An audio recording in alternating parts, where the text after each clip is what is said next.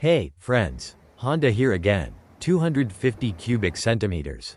2 cylinders. 25 years behind me. An old workhorse who's seen plenty and stopped being surprised by anything a long time ago. We're back in the north of Spain. Cantabria. Mountains, ocean, damp air, and roads nobody ever paved for the pretty shot. Today we're taking one of them. Road 142. It starts in Astillero, which by now is basically part of Santander, and runs south, down to a little town called Selaya. We begin by the water. A bridge over the Selaya River. Not ancient, I won't lie, but solid and working. Ordinary life crosses it every day. And today, so do we. My human starts the engine. We cross the bridge and turn right.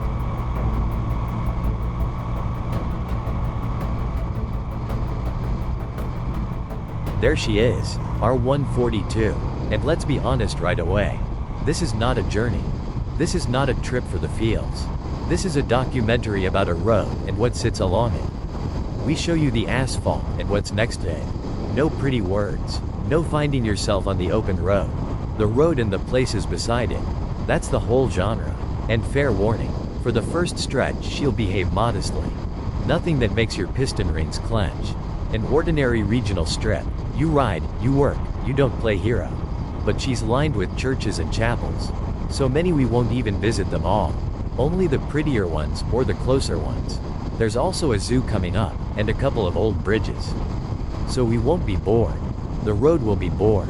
We won't. And near the end she finally shows some character. She slips along a river, squeezes between the hills, and that's where both my suspension and I start to sink. But we've got to survive until then. Let's go.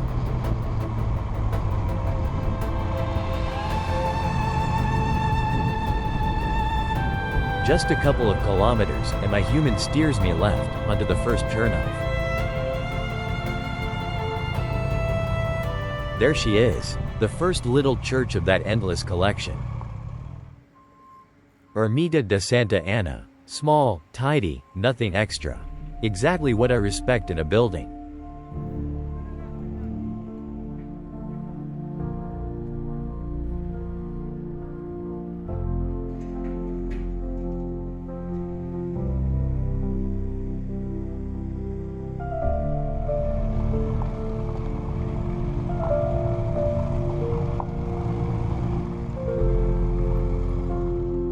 And this thing, 50 meters from it, is something Cantabria has a lot of. It's called a lavadero. In plain terms, an open-air public washhouse. A stone basin, running water, a roof on top. For centuries people came here to do laundry. By hand, on their knees, the whole village at once. Remember that word, we'll need it again today. There's a bigger one coming up soon, and that's where I'll tell you the rest. For now, just getting acquainted.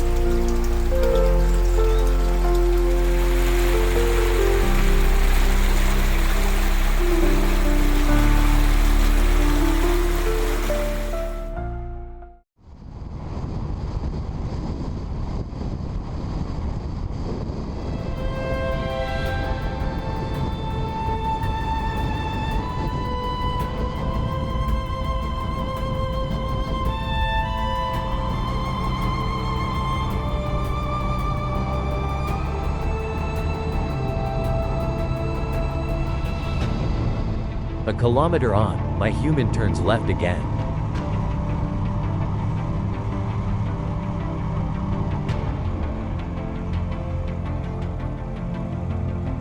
This time I break out of more than politeness. Iglesia de San Juan Bautista. The Church of John the Baptist.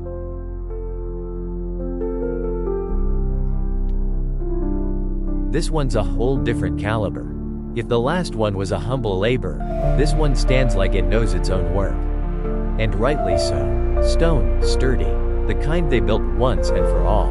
With no thought of ever touching it up. I respect that. She and I are, in a way, alike. Done properly, built to last, nothing wasted.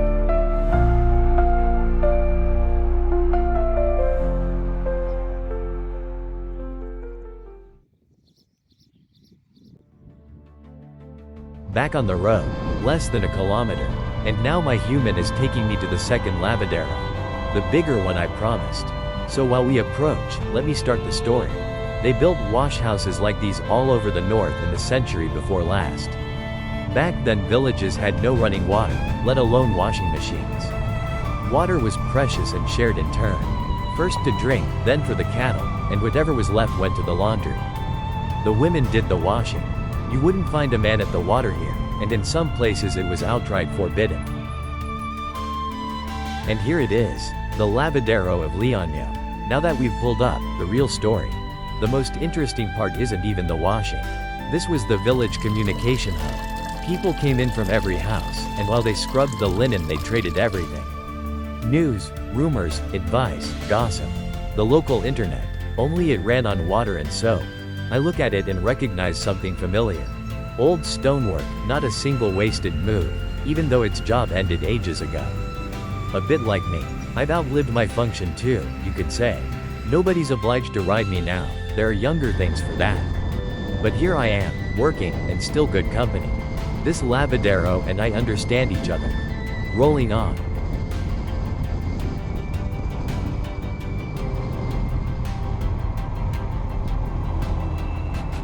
On the roundabout, to the right, an old bridge. We'll stop and have a closer look. It's worth it.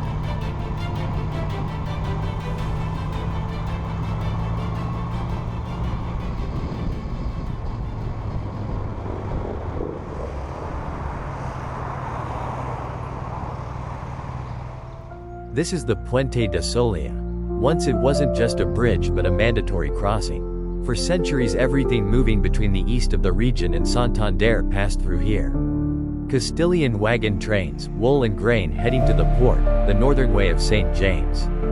It started out wooden, and in the 15th century they dressed it in stone, and like that it served until the mid-19th. Look at the old diagram. The red marks what survived to our day.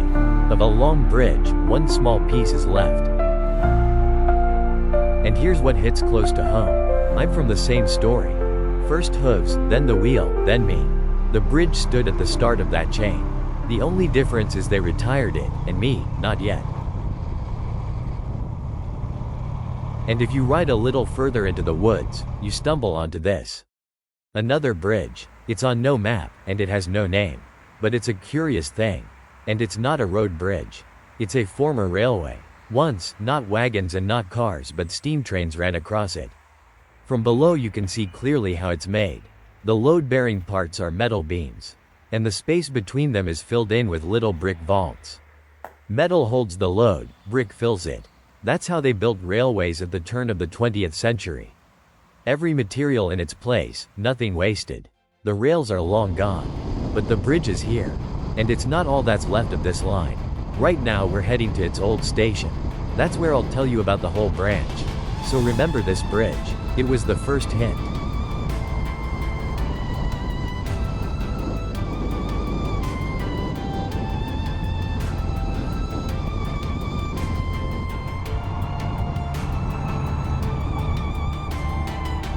My human goes left.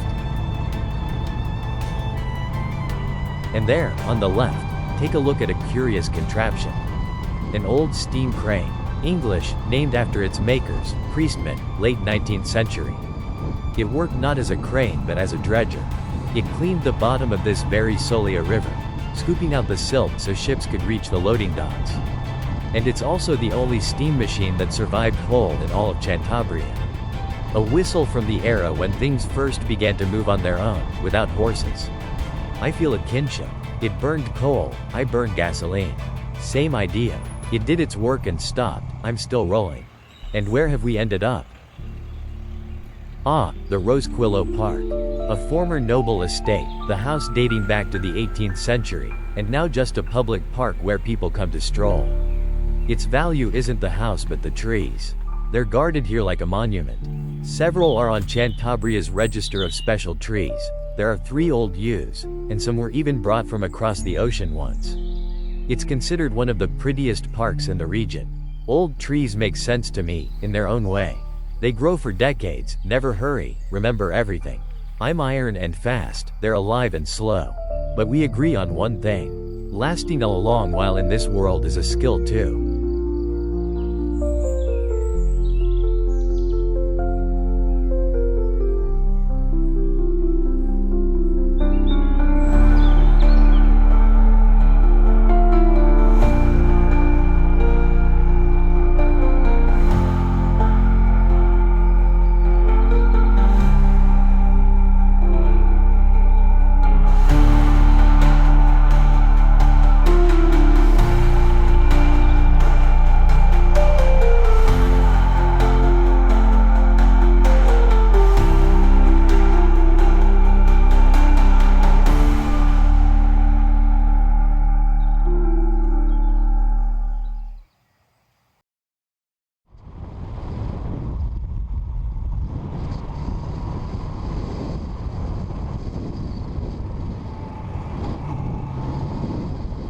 On the roundabout, my human again skips the 142.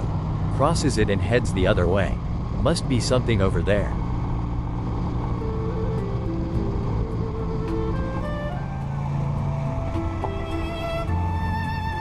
Oh, a church again. And oddly similar to the one we saw not long ago.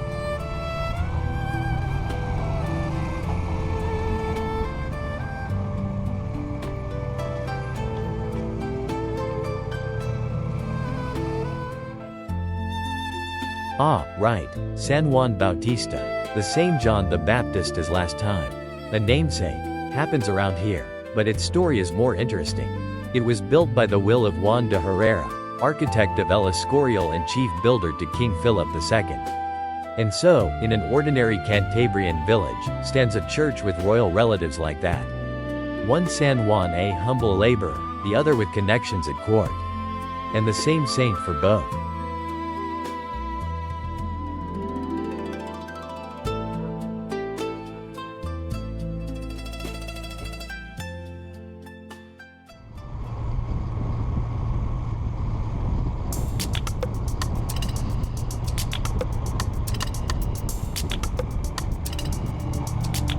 And back onto our 142.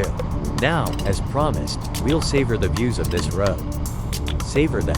Deeply. Let's hope we're heading to the old railway station. Or maybe not, we'll figure it out. For now we just look at the local architecture and listen to me work.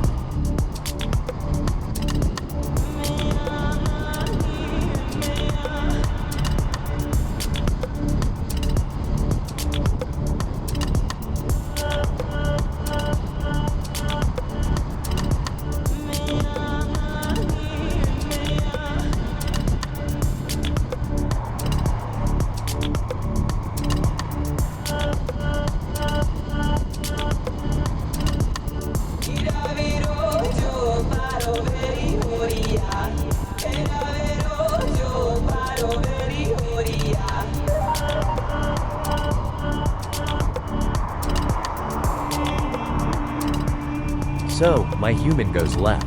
Right, that's the entrance to Cabarcina. The very zoo I mentioned at the start. We won't be visiting, it's not on the plan. I'll just show you where the entrance and the ticket booths are, so you know where to go. And you see that whole enormous hill? Well, all of that is Cabarcina. What looks big from here is actually just a small piece of it. The park is huge, but today we pass by. Though this park will appear on camera again. How exactly, I won't say yet. It'll be a surprise.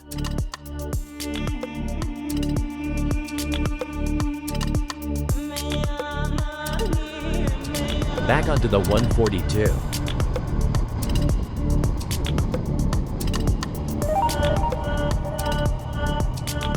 And soon my human turns left again. Wonder where this time.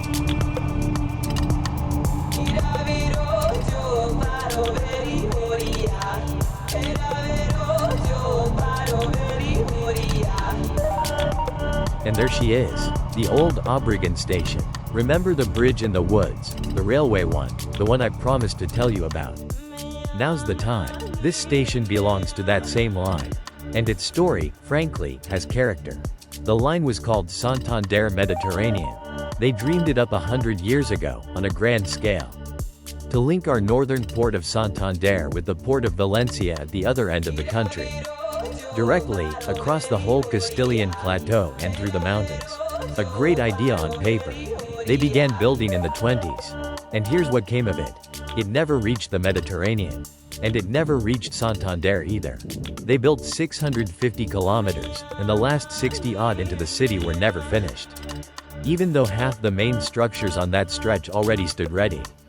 They made the embankment, built the bridges, bored this tunnel in Obregon, all 267 meters of it. But they never got around to laying the rails. In '59 they froze the work. In '85 they shut down for good what was still running. And straight up about the tunnel. How I got to it, I won't show. There's no convenient way in from the road. I got there by my own sneaky means, and I don't advise copying me. Properly speaking, you come here on foot or by bicycle. And on foot, well, excuse me, that's not my genre. I've got neither the legs nor the patience for it. But this whole story has an unexpectedly good ending. The rails are gone, but the track bed remained. And out of a dead road they made a living route. Now it's the Via Verde, the greenway. The tunnel, the embankment, the bridges, all given over to walkers and cyclists. There's even a bike route sign. So a road that dreamed of carrying trains to 2 seas ends up carrying people on foot and on bikes. Not at all what it dreamed of. But it works all the same. Who am I to not understand?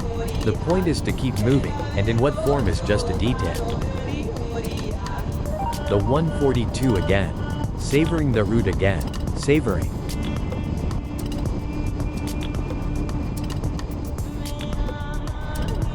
And then my human swerves hard right. Onto some narrow little road. So, stop. Everything inside me went cold. I know this habit. Here it comes. And sure enough, a concrete climb, steep, uphill.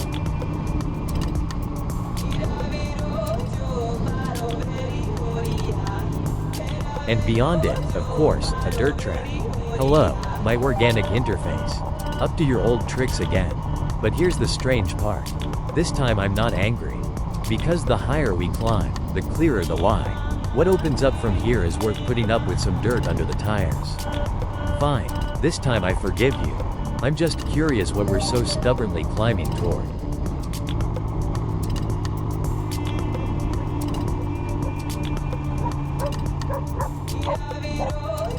Ah, that's it.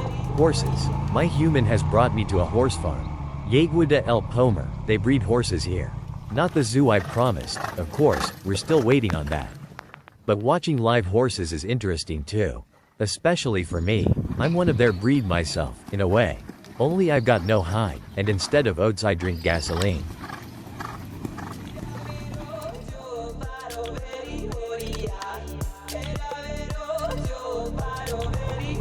Well, we've seen the horses, that's enough. Heading back. Dirt track, views, mountains on either side. On the way back I'm not grumbling anymore, we're enjoying the views. We come down, back onto the 142.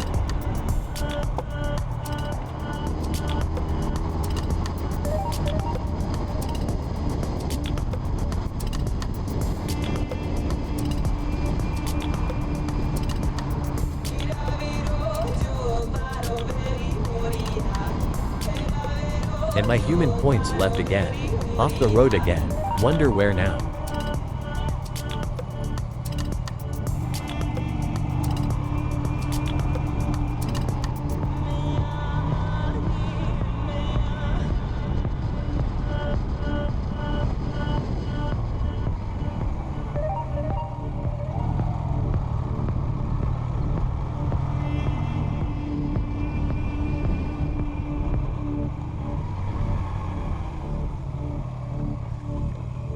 Wait, what's that on the right?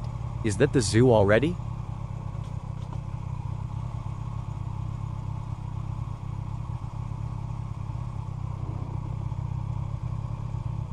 No. Joke. Not yet. Keep going.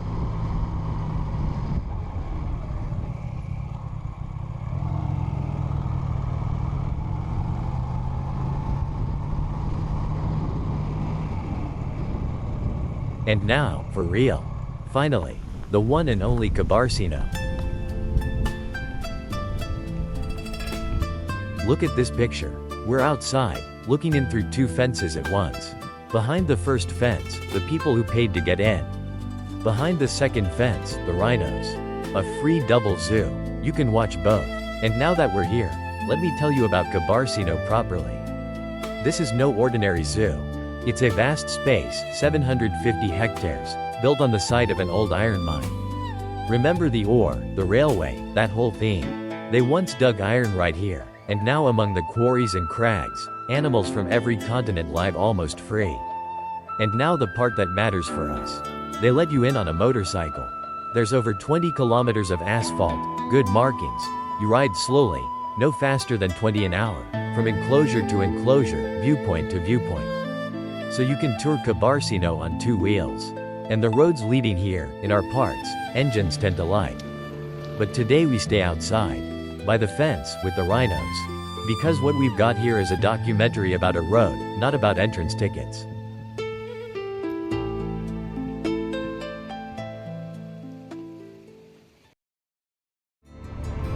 Coming down.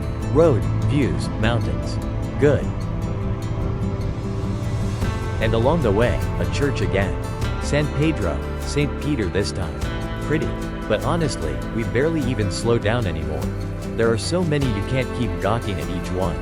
There was one, there was another, and more lie ahead. And there's a lavadero next to it, of course. We've already told you all you need about lavaderos, so we just nod like to an old friend and ride on. Back onto the 142.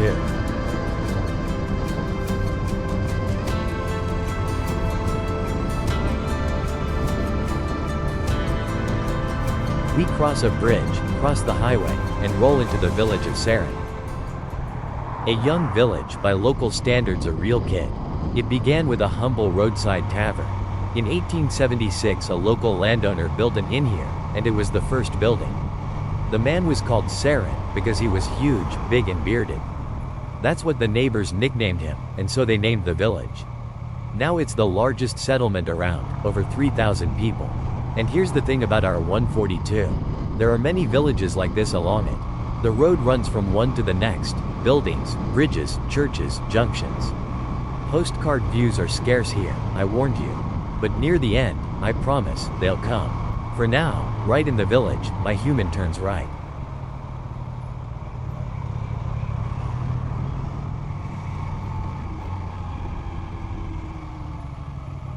Where to now? Of course. Another church, Ermita de San Lazaro. Saint Lazarus, the very one who by legend rose from the dead. A fitting patron for someone who did his time long ago and is still on the move. Who am I not to appreciate that? Back onto the road, we ride, watching how life works in this part of the country. Houses, yards, fences, Spanish daily life without the gloss. Along the way we turn into an old quarter to yet another church. Ermita de San Francisco y San Agustin. About it, honestly, almost nothing is known. Who, when, why. It posed for the camera, and fine, we ride on.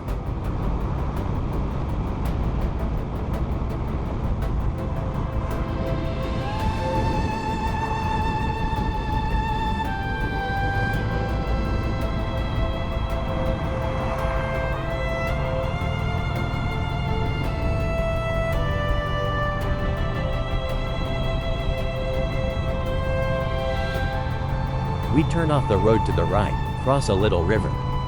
It's the Pichincha, we mentioned it. Where we're going, unclear. Another church probably. But no. A tower. Torre de la Sasea. An old ancestral tower of the local nobility, from the days when a wealthy clan's house was also a fortress. See the battlements along the top of the walls. A real little castle. You can't get in, it's private. But it's nice to look at from outside. I love this kind of thing. Thick walls, nothing extra, built to stand for centuries and intimidate the neighbors. And further on we turn again, and another church.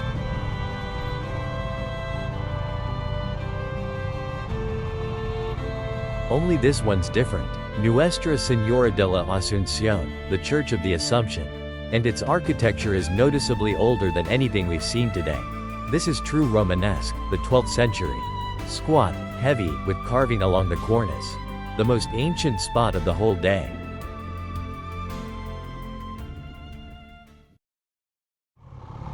And finally, what I've been going on about from the start.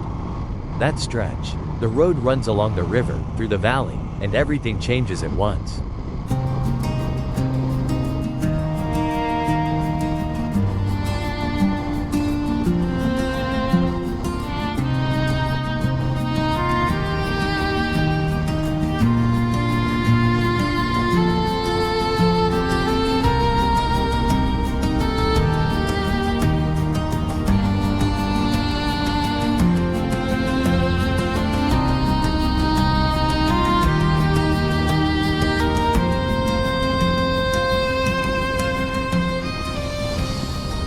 There.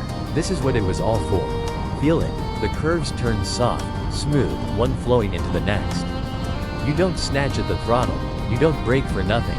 You just lay me into the arc and I go. No need to rush here. Here you just ride and enjoy it. The best part of our whole 142. I told you there'd be a beautiful road too.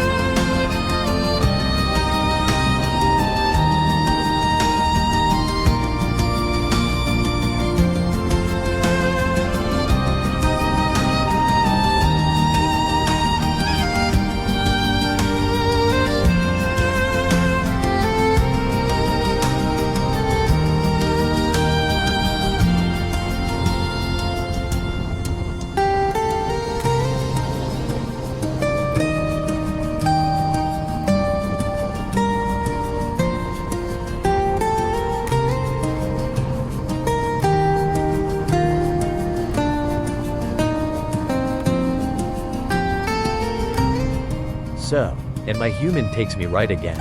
A narrow road again. Well, at least not dirt, thanks for that.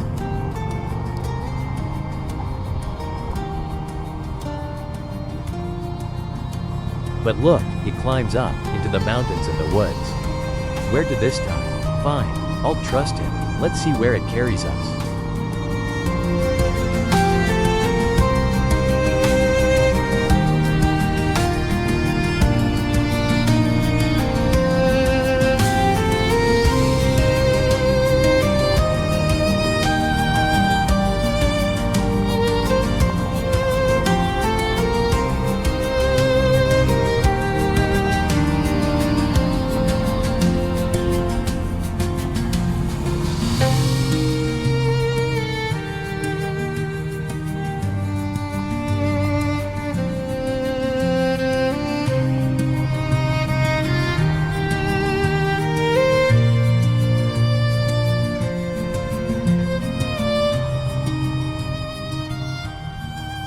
And where have we ended up? The road climbed and surfaced at this. Amid the greenery, high up, sits a whole ensemble. And at the center, a church. Big, serious, with a shaped bell gable. You don't expect one like that in such a backwater. And the story here is great. The whole thing is called La Obra Pia. And it wasn't built by a king or a bishop, but by a local lad. His name was Manuel Rodriguez de la Vega. Born right here in Pinilla, then he sailed across the ocean, to Argentina. People like that, around here we call them Indianos. Left poor, got rich in trade. And instead of forgetting his home village, he went and built it this. At the end of the 18th century. Not just a church, a whole complex. A school, a house for the teacher, a chaplain's house, stables. So the local kids could learn their letters. And you know, there's no decay here at all. The grass is mowed, the paths in order, the church solid, restoration underway. And that house over there is lived in, people live there even now. I like this kind of thing. A man went far, traveled an enormous distance, and came back here. If not himself, then in money and stone. I ride in circles around these valleys all day, and he made a circle across a whole ocean. But the meaning's the same. Wherever it carries you, you're pulled back to your own hills.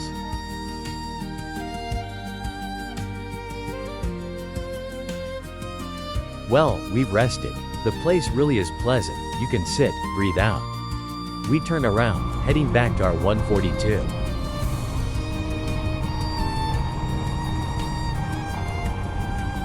And then, stop, what's that over there in the grass? How did we miss it on the way up? Another church, right out in the fields, in the mountains, far from everything. Got to take a closer look. Ermita de San Pedro. Small, stone, late 16th century. And it looks nothing like the fancy one down below. Ivy has wrapped the bell gable, bushes crept up to the very walls, grass waist high. All alone. And here's the answer to the question surely turning in your head. What are churches even doing in such a wilderness, with not a soul around? The thing is, it wasn't empty here once. Nearby stood the estates of the local nobility, ancestral houses with coats of arms. There was a little world, and a chapel to go with it. Then people moved away, the houses emptied, the world dissolved. And the church remained. The stone outlived everyone who came here. This I understand all too well. You stand where life once buzzed, and it's gone. And you're the last thing left of it. At least I can ride away. She'll stand here until she's fully overgrown.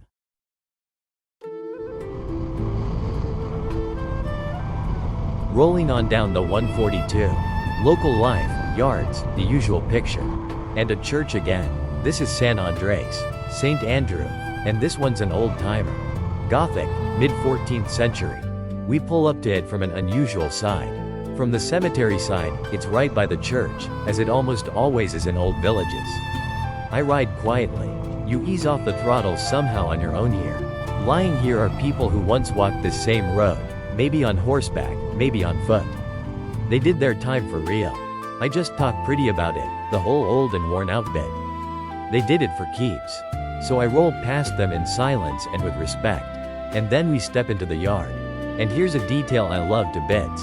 You can't just get into the church, but the key to it is kept by one of the neighbors. The church is over 6 centuries old, and the key sits at somebody's house, next to the keys for the shed and the mailbox. No museums, no tickets. Just a neighbor with a key. Now that's living continuity.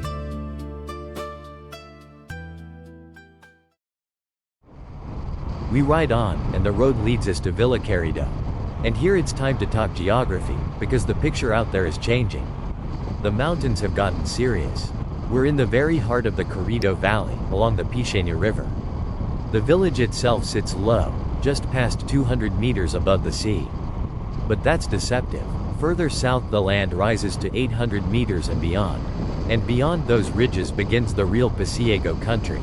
Vega de Pa, Selaya, San Roque.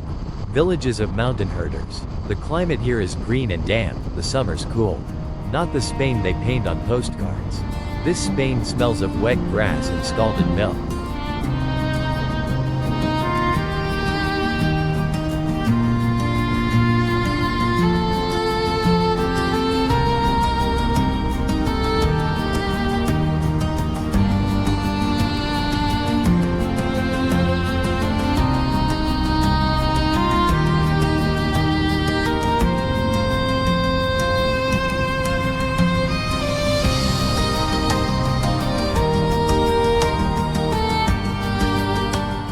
In the village we pull off to the side, to see a local landmark.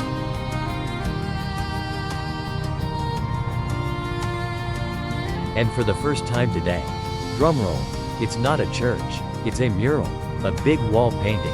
I'd stopped believing these parts had anything but bell towers.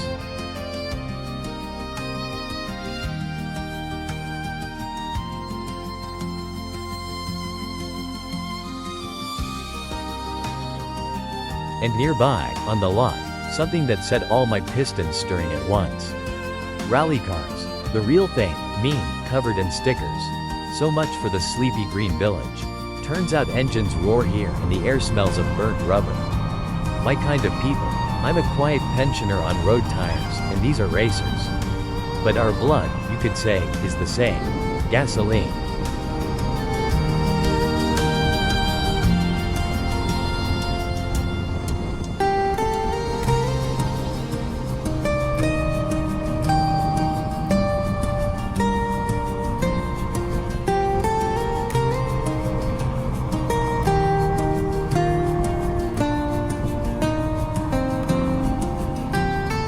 Well, that's it. The end of the line. The village of Selaya. This is where the 142 was leading us all along, from Astillero itself. And of course there's a church here. And of course it's San Juan Bautista again. John the Baptist, the third one today. The third, Carl. You know what, let's be honest. We're out of churches for today. Enough. We'll finish somewhere nicer. The Palacio de Donadio. The one that looks like a little castle. An old acquaintance. Remember, in earlier videos this is where we set off into the mountains. This is where it all began. And today the road brought us back to it. The 142 isn't the prettiest road in Cantabria, I warned you. But alongside it turned out to be so much. A dead railway brought back to life for bicycles. A century-old crane. A lad who sailed off to Argentina and sent a school back home. A zoo on a mine. This is what we ride for. Not for postcards, but for what hides off to the side, if you're not too lazy to turn off. Thanks for being with me. I'm off to the garage. I've earned it.